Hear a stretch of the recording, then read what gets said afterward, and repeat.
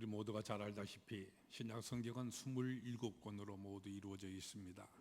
그 가운데서 사도 바울께서 쓰신 서신이 13권, 만약 히브리서도 바울이 쓰신 것이라고 한다면 무려 14권이나 됩니다. 그러니까 신약 성경 전체의 절반 이상이나 차지하는 이와 같은 분량인 것입니다. 근데 우리가 사도 바울께서 쓰신 서신들 우리가 찬찬히 살펴본다면 하나의 공통점을 발견하게 됩니다. 그것은 바로 대부분의 사도 바울의 서신들, 전반부는 교리에 대해서 말씀을 하고 계시고 후반부는 윤리에 대해서 말씀하고 계신다고 하는 바로 이 점인 것입니다. 다시 말하면 사도 바울은 먼저 무엇을 어떻게 우리가 믿고 있느냐 하는 근본적인 신앙 문제에 대해서 먼저 말씀을 하시고, 그리고 곧이어서 우리가 그 믿음으로 바로 서게 될 때에 그러면 바로 그 믿음을 가지고 우리는 어떻게 살아가야 하겠는가 하는 이것을 말씀하고 계시는 것입니다. 오늘 같이 읽으신 본문 말씀이 들어있는 에베소서 서신 말씀도 그렇습니다. 1장에서 3장까지는 바로 우리의 믿는 바 그 내용, 바로 교리에 대해서 먼저 말씀을 하십니다. 그리고 바로 이어서 4장부터는 앞에서 설명하신 그 믿음을 가지고 살아가는 우리 그리스도인들은 이제 구체적으로 그 믿음을 우리의 삶에 적용하면서 어떻게 살아가야 마땅하겠는가 하는 이것을 말씀하고 계시는 것입니다. 오늘 같이 읽으신 본문의 말씀은 바로 후반부에 해당하는 것으로서 앞에서 말씀하신 1장부터 3장까지 설명해 주신 바로 우리의 믿는 바 그 모든 교리, 우리는 바로 이와 같은 내용을 믿는 자들인데 이것을 믿는 우리 믿는 자들은 그러면 어떻게 살아가야 하겠는가 하는 이것을 말씀하고 계시는 것입니다. 특별히 오늘 같이 읽으신 이 본문 말씀 1절부터 3절까지의 말씀은 우리가 살아가야 하는 바 그 모든 것들을 통괄하는 원리의 말씀으로서 바로 우리 그리스도인의 삶의 중심이요 핵심이요 우리가 이렇게 살아야 하는 바 바로 총론적인 원리에 대해서 우리에게 말씀하여 주고 있습니다. 그것은 바로 성령이 하나 되게 하신 것을 힘써 지키라 하는 바로 이 말씀입니다. 하나 되게 하신 것, 이것을 우리 깊이 생각해야 됩니다. 성령께서 하나 되게 하신 것, 그러니까 이것은 바로 하나님의 뜻인 것입니다.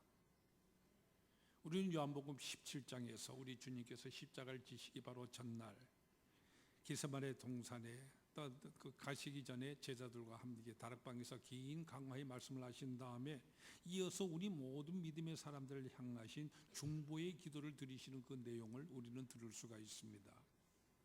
바로 이 기도를 통하여 우리 주님께서 강조하고 계신 내용이 무엇입니까? 우리 주님이 이렇게 기도를 하십니다.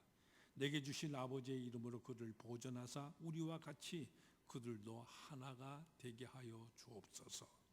아버지께서 내 안에, 내가 아버지 안에 있는 것 같이 그들도 다 하나가 되어 우리 안에 있게 하사 세상으로 아버지께서 나를 보내신 것을 믿게 하옵소서. 내게 주신 영광을 내가 그들에게도 주었사오니 이는 우리가 하나가 된 것 같이 그들도 하나가 되게 하려 함이니이다. 하나가 되게 하신 것, 하나가 되게 하고자 하시는 것이 바로 하나님의 뜻입니다. 하나님과 우리 인간이 하나가 되고 우리 인간 사이에도 이웃과 이웃이 하나가 되어지고 특별히 내 속에 있는 이 항상 있는 두 마음, 이것이 믿음 가운데서 하나가 됩니다. 그래서 하나가 되게 하신 것, 그것을 지켜나가는 것이 그리스도인의 생활인 것이다. 이렇게 한마디로 간단하게 말씀드릴 수가 있겠습니다. 이 세상에는 참으로 분열이 많습니다. 그렇지 않습니까? 그래서 나라와 나라가 서로 더불어서 싸움하고 있고요, 민족과 민족이 더불어서 싸움하고 있고, 요새 우리 또 보십시오. 있는 자와 없는 자, 가진 자와 못 가진 자, 높은 자와 낮은 자, 계속 싸움이 이어지고 있습니다. 싸움이라고 하는 이 관계는 하나님께서 기뻐하시는 바가 아닙니다. 더욱이 중요한 것은 바로 우리 마음속에 싸움이 있습니다. 높은 마음, 그리고 그러니까 낮은 마음이 있고요, 교만한 마음과 겸손한 마음, 그 끝없는 욕심과 나의 진실, 허세와 나의 겸손, 다 계속 싸웁니다. 참으로 무단한 끝이 없는 이와 같은 싸움입니다. 그러나 하나님께서 뜻하시는 바는 바로 하나가 되는 것입니다. 꼭 하나가 되어야만 합니다. 그리스도 안에서, 하나님의 뜻 안에서 하나가 되기를 하나님께서는 원하십니다. 그런데 우리가 여기서 유의해야 될 아주 중요한 사실이 있습니다. 오늘 본문이 뭐라고 말씀하십니까? 성령이 하나가 되게 하신 것, 그것을 지키라 하셨습니다. 엄격히 말하자면은 우리들로 하나를 만들어라 이렇게 말씀하시는 것이 아닙니다. 하나가 되는 이 엄청난 일, 우리 인간에게 맡기고 계신 것이 아니라고 하는 말입니다. 너희가 하나를 만들어라, 너희가 잘해서 하나가 되게 하라, 회파하여라, 이와 같은 명령의 말씀이 아닙니다. 바로 이 점을 우리가 깊이 생각해야 되는 것입니다. 본문은 뭐라고 말씀하십니까? 하나가 되게 하신 것, 하나님께서 원리적으로, 벌써 근본적으로, 본질적으로 하나가 되게 하셨습니다. 이제 우리는 우리의 삶의 현실 속에서 이것을 지켜나가는 것입니다. 이 점을 잊지 말아야 하는 것입니다. 그러니까 쉽게 말하자면 이렇습니다. 이미 우리는 하나입니다. 그런데 우리는 하나가 아닌 줄로 살아가면서 착각을 하고 있는 것이거든요. 그런 거로 잘 깨달아 보아라. 하나라는 것을 알고서 하나가 되라 하시는 말씀인 것입니다. 사실 우리 모든 인간들은, 우리 보시죠, 근본적으로 다 하나가 아닙니까? 우리는 모두 다가 한 조상인 아담의 후손인 것입니다. 또 하나님께서 우리를 창조하셔서 우리가 여기 있습니다. 우리는 다 피조물입니다. 이렇게 하나님께서는 창조주시고 우리는 다 같이 피조물이라는 이 같은 입장에서 우리 모두가 하나입니다. 본래적인 하나인 것이죠. 그렇기 때문에 우리가 세상에 태어나는 모습들도 모든 사람이 다 같지 않습니까? 이미 하나입니다. 그런가 하면 마지막 또한 하나입니다. 똑같습니다. 공술의 공수거, 빈손으로 우리 모두가 왔다가 빈손으로 갑니다. 하나이죠. 뭐 다른 것이 있습니까? 뭐 부자라고 뽐내면 큰 집에 살지 모르지만 부자라고 해서 별 수가 있습니까? 뭐 다른 것이 있습니까? 그저 무덤만 크게 만들었을 뿐이지 그 속은 같습니다. 하나입니다. 그러니까 태어남이 하나이고 마지막이 또한 하나입니다. 본래에서 하나인 것입니다. 또 우리 사람이 살아가는 이 모습에 있어서도 하나입니다. 우리가 겉으로 보기에는 다 다른 것 같이 볼지는 모르지만은 여러분 깊은 세계를 보십시오. 깊은 세계에서 보면은 다 같습니다. 하나입니다. 우리 사람들 한번 깊이 들여다보십시오. 세상에 평안한 사람들이 없습니다. 다 고민이 있습니다. 겉으로 볼 때는 저 사람 저 정도면은 행복하겠다 싶지만은 행복은 그 속에 들어있는 것이 아닙니다. 행복의 질량은 같습니다. 우리 짧은 생애에서도 바로 이 점을 우리는 다 같이 경험하고 있는 사실이지 않습니까? 그저 겉을 보니까 다른 것 같아 보이지 속은 같다는 그 말씀입니다. 같은 것이 전부다. 다른 것은 현상일 뿐이다. 혹은 임시적인 것일 뿐이다. 이것을 깨닫고 이렇게 생각하는 사람, 넉넉히 하나됨을 유지해 나갈 수가 있는 것입니다. 그런데 여기 비해서 미련한 사람들은 같은 것은 아주 조금이고요, 다른 것이 전부다 이렇게 생각을 합니다. 나는 본질적으로 다르다고 생각하는 것이죠. 이게 바로 교만이요 망조인 것입니다. 뭐 예부터 쌍놈이니 뭐 양반이니 말을 합니다. 또 뼈대 있는 집안이니 뭐니 합니다. 한국 사람이면 한국 사람이지 무슨 뼈대니 뭐니 하는 것입니까? 무슨 얘기가 있는데요. 문어하고 멸치가 서로 싸움을 했다고 합니다. 그때 멸치가 하는 말이 나는 비록 작지만 그래도 나는 뼈대가 있다 그러더랍니다. 문어가 알다시피 뼈가 없지 않습니까? 이렇게 까불다가 문어한테 잡혀 먹고 버리고 말았다는 것이죠. 우리나라는 이 오래된 유교적인 폐수 때문에 그래서 신분 고하니 뭐 직업이 귀천이 하면서 참으로 병폐가 많습니다. 그래서 어느 교수님께서 공자가 죽어야 나라가 산다 하는 이와 같은 아주 참으로 중요한 책을 쓰셨습니다. 그게 바로 공자이거든요.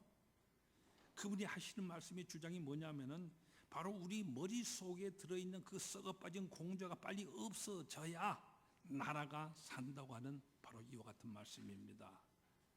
뭐 남녀 유별이라고 말을 합니다. 남녀가 다르다. 물론 남녀는 다릅니다. 분명 다르지요. 그러나 본질적으로 다른 것이 아니지 않습니까? 인권이 같지요. 태어나고 죽는 것이 같지요. 감정이 같지요. 지식이 같지요. 물론 조금은 달라요. 그러므로 조금 다른 그것만 인정을 하고 같은 것이 전부다 이렇게 생각하고 나면은 벌써 하나가 되는 것입니다. 근데 나하고 너는 하늘과 땅이다 이러니까 문제가 되는 것입니다. 또 요새 뭐 지위라고 하는 것, 여러분 가무 11홍이라는 말이 있지 않습니까? 그래서 올라갔다가 그리고 감옥에 들어갔다 그러고들 있지 않습니까? 그걸 무슨 대단한 것이라고 그걸 크게 생각해서는 안 되는 것입니다. 그것 때문에 결국 꼭대기까지 올라갔다가 결국 자살까지도 해버리는 것 우리는 보지 않았습니까? 또 나이라고 하는 것도 그렇습니다. 요새 무슨 뭐 세대차라고 하는 말도 하지만은요, 사실 세대차라는 이 말도 착각에서 비롯된 것입니다. 여러분, 우리 사람이 지금 젊다고 젊은 그대로 항상 있는 것인가요? 이 세대는 가는 것입니다. 지금은 젊다고 하지만은 이제는 며칠 못 가서 또 낡아버렸어요. 그런 거는 우리는 같은 것이다 하는 것을 우리는 늘 생각을 해야만 합니다. 이것을 크게 생각할 줄 아는 사람은 차별의식이 없습니다. 남을 무시할 것도 없고 내가 무시당할 것도 없고 바로 여기서 하나가 되는 것입니다. 그리고 오늘 본문에서 하나 되게 하신 것을 강조하시면서 또 무슨 말씀하십니까? 너희가 부르심을 받은 일에 합당하게 행하여, 너희가 부르심을 받은 일에 합당하게 행하여 라고 이렇게 말씀을 하십니다. 우리 모두는 다 예수 그리스도로 말미암아 구원을 받았습니다. 다 같은 죄인이지 않습니까? 그런데 우리들이 예수를 믿어 구원을 받게 된다고 하는 것 모든 사람에게 똑같습니다. 바로 예수님의 은혜로 우리가 구원을 받는 것이지 뭐 내가 무슨 의의가 조금이라도 있어서 구원을 받습니까? 오직 예수 그리스도의 십자가의 은혜로서 내가 구원을 받는 것입니다. 그래서 같습니다. 하나입니다. 오늘 본문 3절에서 성령이 하나가 되게 하신 것이라고 말씀을 합니다. 성령의 감동으로서 우리는 다 구원을 받습니다. 그런 면에서 똑같은 것입니다. 그런 거로 예수 그리스도 안에, 성령 안에는 절대로 두 가지가 없습니다. 온전히 하나다. 이것을 잊지 말아야 하는 것입니다. 오늘 본문 말씀은 이렇게 본질적으로 이렇게 하나가 되게 하신 것을 말씀하시면서 이제 우리를 향하여 이렇게 살아야 된다. 이어서 주시는 바로 그 하나됨을 유지하는 비결, 바로 우리 그리스도인들이 지니고 있는 가장 중요한 네 가지 덕에 대해서 말씀을 하고 계십니다. 우리가 하나가 되게 하는 이것을 유지하기 위해서 우리 그리스도인이 꼭 지니고 있어야 될 최고의 덕 네 가지, 오늘 본문 뭐라고 말씀하십니까? 바로 겸손과 온유와 인내와 사랑이라고 이렇게 말씀하십니다. 바로 이 네 가지 우리의 덕성을 지님으로써 우리는 성령이 이미 하나 되게 하신 이것을 유지하며 지켜나갈 수가 있는 것입니다. 바로 이 네 가지 덕성을 오늘 우리 모두가 우리 마음속에 깊이 깊이 다시금 되새기며 우리 마음속에 간직할 수 있기를 바랍니다. 제일 먼저 겸손이라고 말씀을 하십니다. 우리 그리스도인들이 반드시 지녀야 할 덕의 바로 첫 번째가 무엇이냐? 그것이 바로 겸손이다 말씀을 하십니다. 사실 겸손이라는 이 말, 이것은 진실이라는 말과 서로 일맥상통하는 말입니다. 왜냐하면 우리 인간의 진실이 어떤 모습입니까? 교만할 이유는 아무도 없지 않습니까? 그렇기 때문에 바로 진실이 겸손인 것이고 겸손이 진실인 것입니다. 근데 특별히 겸손이라는 이 말, 우리가 성경 오늘 본문에 쓰여지는 성경 원어로 보면은 타페이노 프로소네라고 하는 단어가 쓰이고 있는데요. 이것은 아주 대단히 중요한 의미를 지니고 있는 단어입니다. 이게 무슨 말이냐면은 바로 자기 자신에 대한 지식, 자기 지식으로부터 자유하는 이와 같은 겸손, 이것을 의미하는 단어입니다. 자기를 스스로가 어떻게 생각하느냐, 이것을 말하는 것입니다. 내가 나를 어떻게 생각하느냐, 나를 어떠한 존재로서 생각하느냐는 바로 그것이 언제나 우리 인생에 있어서 가장 중요한 근본적인 질문이지 않습니까? 그래서 자기 자랑, 자기 우상, 자기 우월감, 자기 생각, 이것에 대한 집착이라든지 자기 고집, 이런 것을 버려야만 되는 것입니다. 바로 이와 같은 것들로부터 자유할 때에 그것이 바로 겸손이다. 이것이 성경 원어가 우리에게 말씀해 주신 직접적인 문자적인 의미입니다. 내 자신의 집착에 내 모든 것으로부터 자유하고 버리는 이와 같은 이것. 근데 여러분, 우리가 어떻습니까? 근데 우리는 이것을 고집하고 싶은 거거든요. 내가 꼭 옳은 것 같습니다. 내가 잘난 것 같습니다. 그러는 동안에는 절대로 하나가 될 수가 없는 것입니다. 내 마음을 완전히 비워야만 합니다. 나를 비워야만 겸손할 수가 있습니다. 행복한 부부 생활이라 이런 책들이 많이 있죠. 그게 교훈집에 보면 이와 같은 얘기가 나오고 있습니다. 교만한 자는 사랑할 줄도 모르고 사랑받을 줄도 모른다. 그러므로 둘이 살면서 네가 잘났느니 내가 잘났느니, 네 머리가 좋으니 내 머리가 좋으냐, 이런 소리를 하지 말아라. 그저 겸손하게 마음을 비워라. 여기에서부터 행복은 이루어진다. 사실 우리 부부 생활이 그렇지 않습니까? 마음을 비우는 것입니다. 나 자신에 대한 것을 아주 깨끗이 비워 놓아야만 우리 부부 사이에도 하나가 될 수가 있는 것입니다. 또 진실한 겸손은 자기 기준에 매이지가 않습니다. 가끔 이런 경우가 있습니다. 무슨 일이 날 때 잘못되면 우리는 흔히 우리가 인간인 거로 이렇게 말들 자주 하죠. 우리 인간을 기준으로 삼습니다. 그래서 인간인 거로 해놓고는 일을 이렇게도 정당화해버리고요, 저렇게도 합리화해버리려고 합니다. 이것은 바로 잘못인 것입니다. 그러면 어디다가 우리의 기준을 맞춰야 하는 것입니까? 바로 예수 그리스도에게 맞춰야 하는 것입니다. 우리 그리스도의 겸손은 바로 이 예수 그리스도, 거기에 초점을 맞추는 것입니다.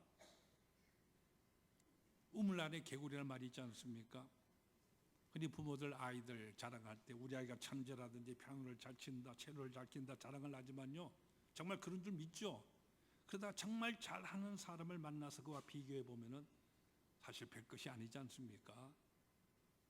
운동도 그저 내가 잘한다 생각하다가도 더 잘하는 사람을 만나고 나면은 그 앞에 우리는 고개를 숙이게 되고요, 또 지식도 내가 뭘 잘 안다고 이렇게 자신을 하다가 나보다 더 잘 아는 사람을 만나게 되면은 거기서 비로소 겸손하게 되는 것입니다.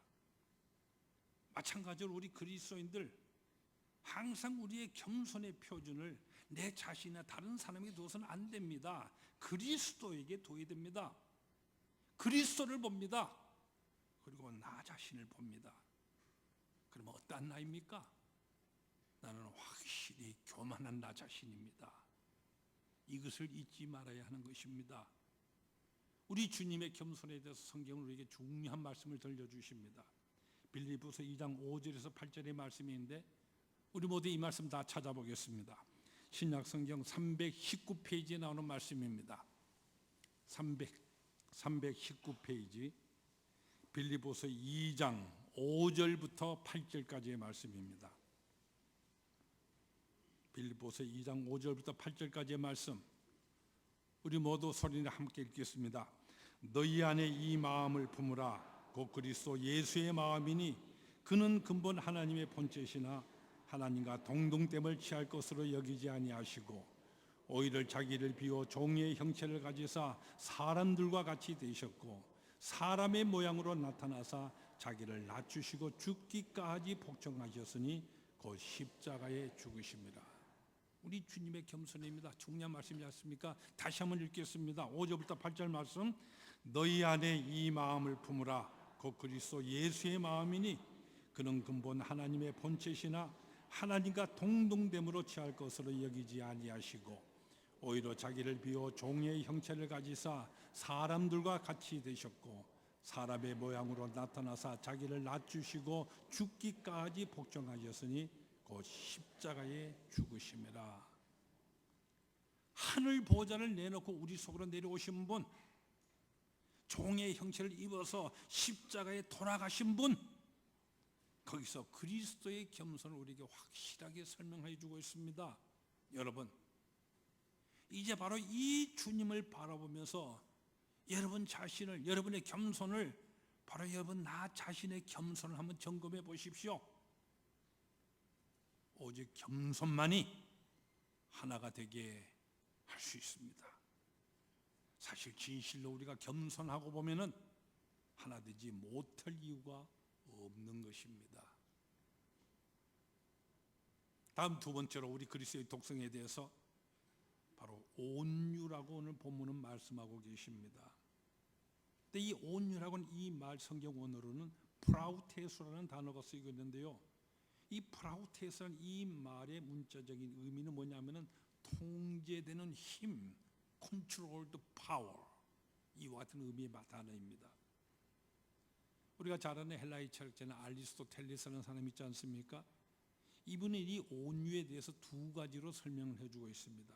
첫 번째는 두 극단을 피하는 것이 바로 온유다, 이렇게 말씀을 하십니다.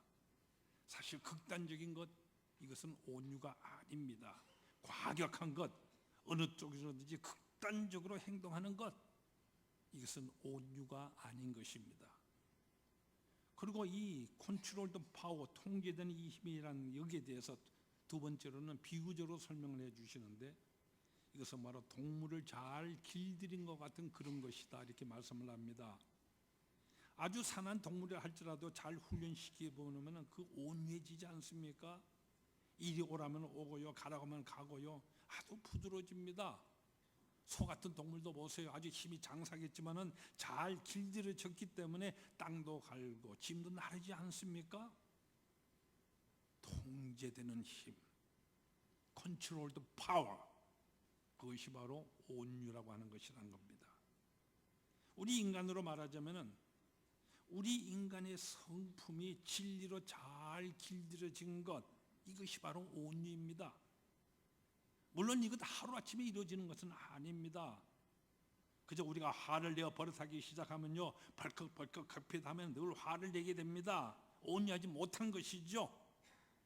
근데 오랫동안의 신앙을 쌓고 신앙생활을 해가는 가운데 우리가 훈련을 받아서 온유해집니다. 웬만한 소리를 들어도 화를 잘 내지를 않습니다. 걱정하지도 않습니다. 이것이 온유한 것입니다. 자기 제어, 셀프 컨트롤, 이것이 충분하게 훈련이 되어서 모든 것을 통제를 하는 것이죠. 이 온유한 자에 대해서 성경에 보면 대표적인 사람은 모세로 예를 들고 있습니다. 하나님께서 모세를 향하여 모세가 가장 온유한 자라고 이렇게 높여 말씀하시지 않습니까? 근데 사실 모세가 실수를 했죠. 구스 여자 하나를 자기 소시로 삼은 것입니다. 그래서 비난이 아주 많이 일어나게 되어졌는데, 그 가운데 대표적으로 비난을 퍼본 사람이 바로 그의 누이인 미리암이었습니다. 하나님의 종인 내가 어찌 그럴 수 있느냐고 막 대들지 않았습니까? 근데 이와 같은 비난을 받게 되면요, 또 이 비난이 자꾸 반복되면은 사실 참기가 어려워지게 되는 거 우리 인간의 본성이지 않습니까?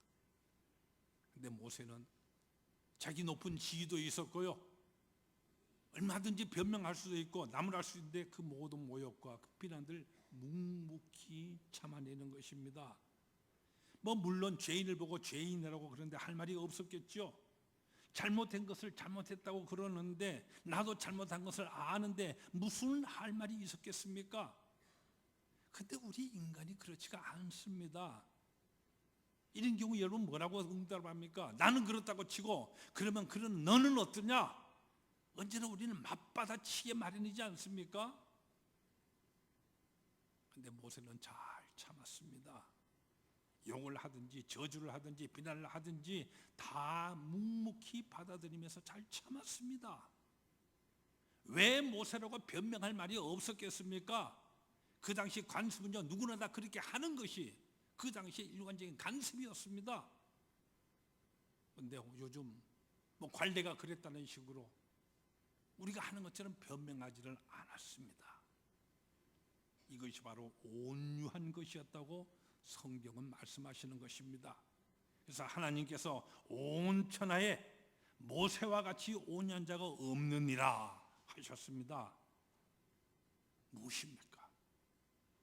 비난을 참는 모습, 자기의 지위를 남용하지도 않고 묵묵히 모든 것을 컨트롤하고는 그것을 보시고 온유하다고 하셨습니다. 바로 이렇게 온유한 것이 모든 문제를 다 해결하였습니다. 이것이 하루아침에 되는 것입니까? 오랜 신앙생활 통해서요, 훈련되어서 이렇게 우리는 온유한 사람이 되어 가는 것입니다. 우리 그리스도인이 이와 같은 온유함이 있어야 됩니다. 이래서 하나가 유지되게 된 것이다. 성경은 이렇게 말씀해 주시는 것입니다. 그 다음으로 세 번째는 오래 참음이라고 말씀을 하셨습니다. 오래 참은 이 말, 우리 성경 원어로 보면은 마크로두미아라는 단어가 쓰이고 있는데요, 이 말은 문자 그대로 오래 참는 것을 의미하는 이와 같은 뜻입니다. 우리는 흔히 잘 참죠. 그래서 어떤 경우에 나는 이만큼 이렇게 참았다고 말하면서 마지막으로 화를 폭발시키는 이와 같은 경우가 많이 있지 않습니까? 근데 사실 곰곰이 생각해 보면요, 이것은 사실 그동안 참은 것이 아니라 그동안 오랫동안 벼러온 것밖에 지나지 않는 것입니다. 그렇지 않습니까? 오래 참음. 우리 그리스도는 참아도 오래 참습니다. 그 상대를 보고서 참는 것이 아니기 때문입니다. 하나님을 보고 하나님께서 나를 위하여 오래 참아 주셨기에 우리 또한 하나님을 보고 참는 것입니다. 나 자신 겸손해지기에 나의 겸손으로 참습니다. 그렇기 때문에 누가 어떤 비난을 하든지 내가 그 사람 잘되고 못되고 심판할 마음조차가 없습니다. 나와 하나님과의 이 관계가 중요하니까 잘 참습니다. 신앙적으로 참는 것입니다. 우리 주님께서 사울을 참아주시지 않았습니까? 이 사울이 예수 믿는 사람을 박해하면서요, 다메섹까지 가면서 예수 믿는 모든 사람을 다 잡아 죽이려고 하였었을 때 다메섹 도상으로 가는 그의 길을 딱 막으시고 그를 향하여서 네가 어찌하여 나를 박해하느냐 말씀을 하십니다.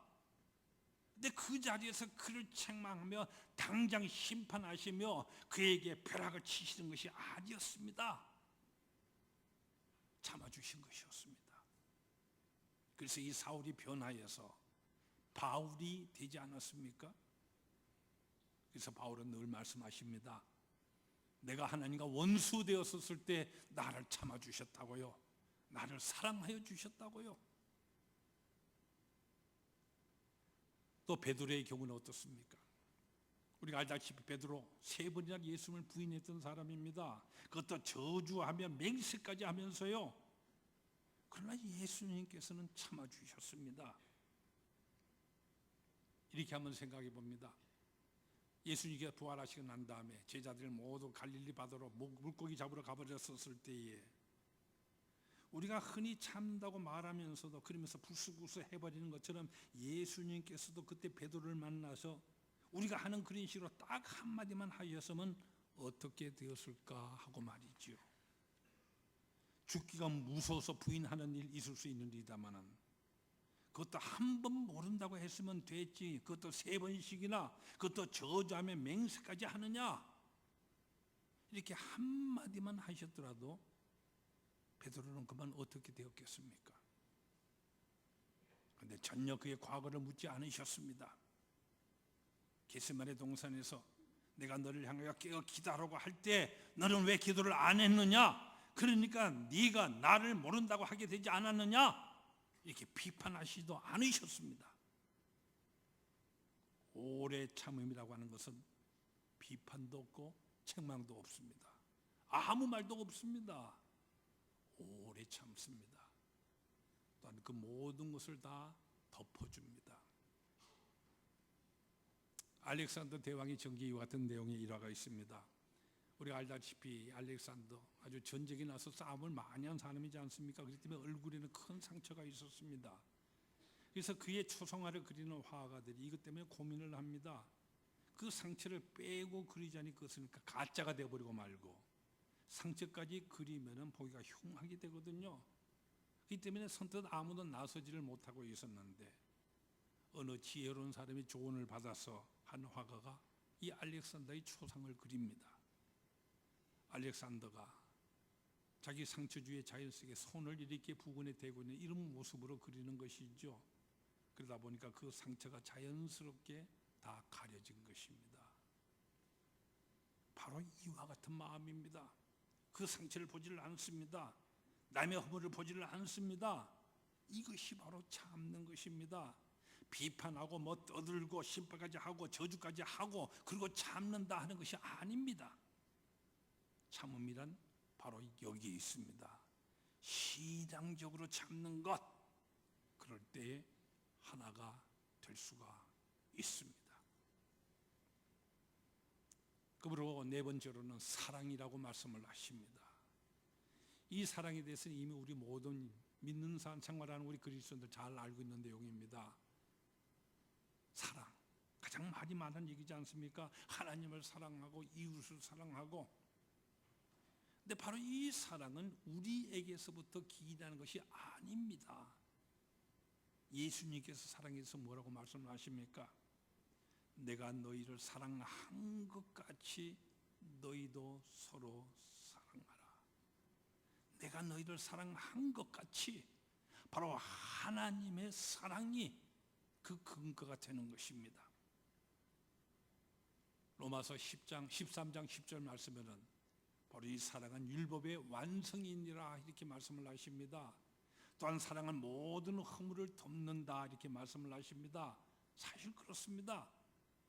우리가 사랑하는 마음이 있게 되면 우리는 참게 되고요, 사랑하는 마음이 있으면 온유해지고 사랑하는 마음이 있으면 겸손해지게 됩니다. 이 사랑 속에서 완전히 하나가 되는 것입니다. 오늘 본 말씀 우리를 향하여 성령이 하나 되게 하신 것을 힘써 지키라고 말씀을 하십니다. 이미 우리는 예수 그리스도 우리 주님의 십자가의 그 은혜로서 우리 모두가 하나가 되었습니다. 하나님과 우리가 하나가 되었으면서요, 또한 인간 사이의 모든 다 큰 마담들이 예수 그리스도의 십자가로 인하여 그것이 다 허물어지고 하나가 되었고요, 주의 몸된 교회 우리 모두가 한 지체로서 우리 모두가 다 이미 하나가 된 하나님의 자녀들인 것입니다. 성령께서 이렇게 역사해 주셨습니다. 그러므로 우리는 힘써 이를 지켜나가야 합니다. 이것이 바로 우리 믿는 자가 믿음의 생활에 나가는 모든 것의 가장 중요한 근간이라고 오늘 본문은 우리에게 강조하여 말씀해 주십니다. 그러니까 하나가 되려면 겸손하고, 하나가 되려면 온유하고, 오래 참고 사랑하고, 이렇게 할 때에 하나됨을 지켜나갈 수가 있는 것입니다. 우리 사람들은 하나가 되자고 이렇게 캐치프레이즈를 많이 외치고요, 노력을 많이 합니다. 근데 쓸데없는 노력들입니다. 하나가 되기도 그저 외치기만 합니다. 그런 것으로 하나가 되는 것이 아니지 않습니까? 하나가 되는 길, 바로 여기에 있는 것입니다. 바로 우리 그리스도인이 가지는 네 가지 덕, 우리가 이것을 나 자신이 이것을 지켜나갈 때에 근본적으로 예수 그리스도께서 성령을 통하여 우리에게 이미 이루어주신 이 하나됨을 우리는 유지하고 지켜나가게 되는 것입니다.